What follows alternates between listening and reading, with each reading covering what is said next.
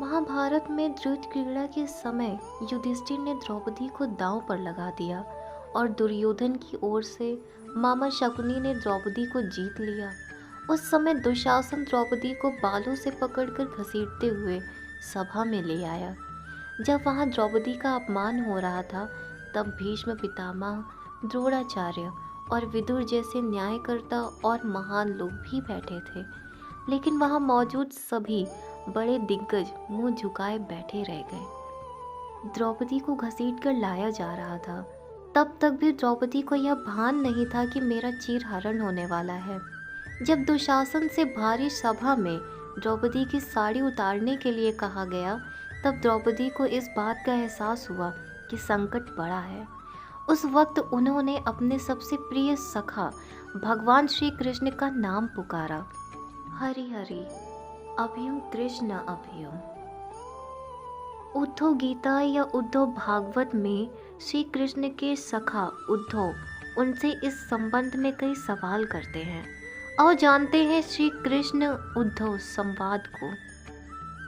उद्धव कहते हैं, हे कृष्ण, आप पांडवों के आत्मीय प्रिय मित्र थे। आजाद बांधव के रूप में उन्होंने सदा आप पर पूरा भरोसा किया। कृष्ण, आप महान ज्ञानी हैं। आप भूत, वर्तमान व भविष्य के ज्ञाता हैं। किंतु आपने सच्चे मित्र की जो परिभाषा दी है, क्या आपको नहीं लगता कि आपने उस परिभाषा के अनुसार कार्य नहीं किया? आपने धर्मराज युधिष्ठिर को जुआ खेलने से रोका क्यों नहीं?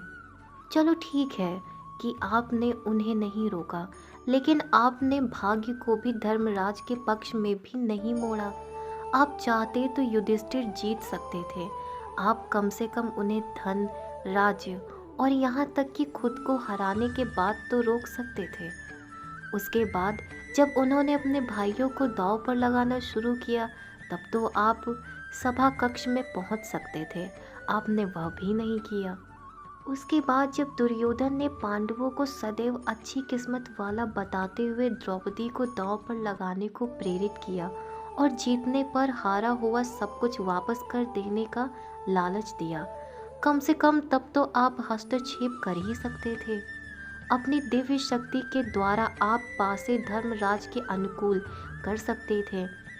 इसके स्थान पर आपने तब हस्तक्षेप किया जब द्रौपदी लगभग अपना शील खो रही थी। तब आपने उसे वस्त्र देकर द्रौपदी के शील को बचाने का दावा किया। लेकिन आप यह दावा भी कैसे कर सकते हैं? उसे एक आदमी घसीट कर सभा में लाता है और इतने सारे लोगों के सामने निर्वस्त्र करने के लिए छोड़ देता है। एक महिला का शील क्या बचा? आपने क्या बचाया? अगर आपने संकट के समय में अपनों की सहायता नहीं की, तो आपको आपदा बांधव कैसे कहा जा सकता है? बताइए। आपने संकट के समय में सहायता नहीं की, तो क्या फ़ायदा? क्या यही धर्म है? इन प्रश्नों को पूछते पूछते उद्धव का गला रुंध गया और उनकी आंखों से आंसू बहने लगे। भगवान श्री कृष्ण मुस्कुराते हुए बोले, प्रिय उद्धव, यह सृष्टि का नियम है कि विवेकवान ही जीतता है। उस समय दुर्योधन के पास विवेक था, धर्मराज के पास नहीं। यही कारण रहा कि धर्मराज पराजित हुए।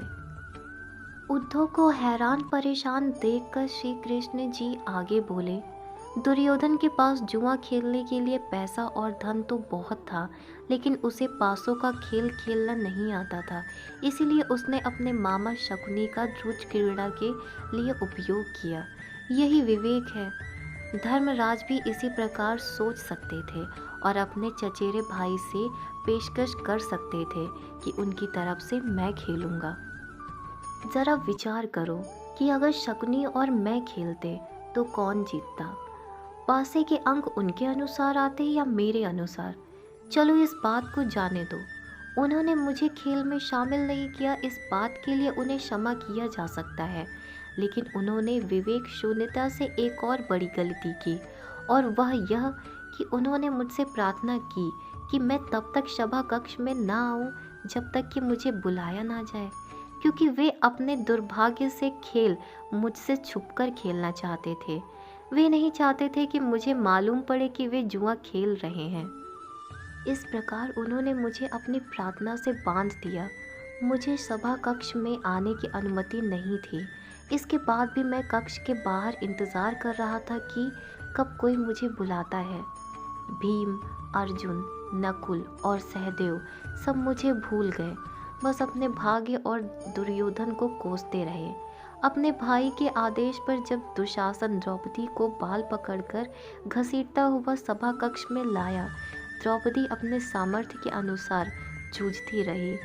तब भी उसने मुझे नहीं पुकारा। उसकी बुद्धि तब जागृत हुई जब दुशासन ने उसे निर्वस्त्र करना प्रारंभ किया। जब उसने स्वयं पर निर्भरता छोड़कर हरि हरि अभयम कृष्ण अभयम की गुहार लगाई, तब मुझे उसके शील की रक्षा का अवसर मिला। जैसे ही मुझे पुकारा गया, मैं अविलंब पहुंच गया। अब इस स्थिति में मेरी गलती बताओ। उद्धव बोले, कान्हा, आपका स्पष्टीकरण प्रभावशील अवश्य है, किंतु मुझे पूर्ण संतुष्टि नहीं हुई। क्या मैं एक और प्रश्न पूछ सकता हूँ? कृष्ण की अनुमति से उद्धव ने पूछा। इसका अर्थ यह हुआ कि आप तभी आओगे जब आपको बुलाया जाएगा। क्या संकट से घिरे अपने भक्त की मदद करने आप स्वतः नहीं आओगे? कृष्ण जी मुस्कुराए और बोले, उद्धव, इस सृष्टि में हर एक का जीवन उसके स्वयं के कर्म फल के आधार पर संचालित होता है। ना तो मैं इसे चलाता हूँ, ना ही इसमें कोई हस्तक्षेप करता हूँ। मैं केवल एक साक्षी हूँ। मैं सदैव तुम्हारे नज़दीक रहकर जो हो रहा है उसे देखता हूँ। यही ईश्वर का धर्म है। उलाहना देते हुए उद्धव ने पूछा, वाह वाह, बहुत अच्छा कृष्ण। तो इसका अर्थ यह हुआ कि आप हमारे समीप खड़े रहकर हमारे सभी दुष्कर्मों का निरीक्षण करते रहेंगे। हम पाप पर पाप करते रहेंगे और आप हमें साक्षी बनकर देखते रहेंगे। आप क्या चाहते हैं कि हम भूल करते रहें, पाप की गठरी बांधते रहें और उसका फल भुगतते रहें? तब कृष्ण जी बोले, उद्धव, तुम शब्दों के गहरे अर्थ को समझो। जब तुम समझकर अनुभव कर लोगे कि मैं तुम्हारे समीप साक्षी के रूप में हर पल हूँ, तो क्या तुम कुछ भी गलत या बुरा कर सकोगे? तुम निश्चित रूप से कुछ भी बुरा नहीं कर सकोगे। जब तुम यह भूल जाते हो और यह समझने लगते हो कि मुझसे छुपकर कुछ भी कर सकते हो, तभी तुम कठिनाइयों में फंसते हो। धर्मराज का अज्ञान यह था कि उसने माना कि वह मेरी जानकारी के बिना जुआ खेल सकता है। अगर उसने यह समझ लिया होता कि मैं प्रत्येक के साथ हर समय साक्षी के रूप में उपस्थित हूँ, तो क्या खेल का रूप कुछ और नहीं होता? उद्धव मंत्र मुग्ध हो गए और बोले, प्रभु, कितना गहरा दर्शन है, कितना महान सत्य। प्रार्थना और पूजा पाठ से ईश्वर को अपनी मदद के लिए बुलाना तो महज हमारी परभावना है, किंतु जैसे ही हम यह विश्वास करना शुरू करते हैं कि ईश्वर के बिना पत्ता भी नहीं हिलता, तब हमें साक्षी के रूप में उनकी उपस्थिति महसूस होने लगती है। गड़बड़ तब होती है जब हम इसे भूलकर सांसारिकता में डूब जाते हैं। अब वीडियो यही समाप्त होती है। उम्मीद करती हूँ आप सभी को यह वीडियो पसंद आई होगी। अपना कीमती समय देने के लिए धन्यवाद। वीडियो को लाइक शेयर करना ना भूलें और कमेंट करके हमें ज़रूर बताएं आज की यह वीडियो आपको कैसी लगी। अब मिलते हैं किसी नेक्स्ट वीडियो में। तब तक के लिए नमस्कार, राधे राधे।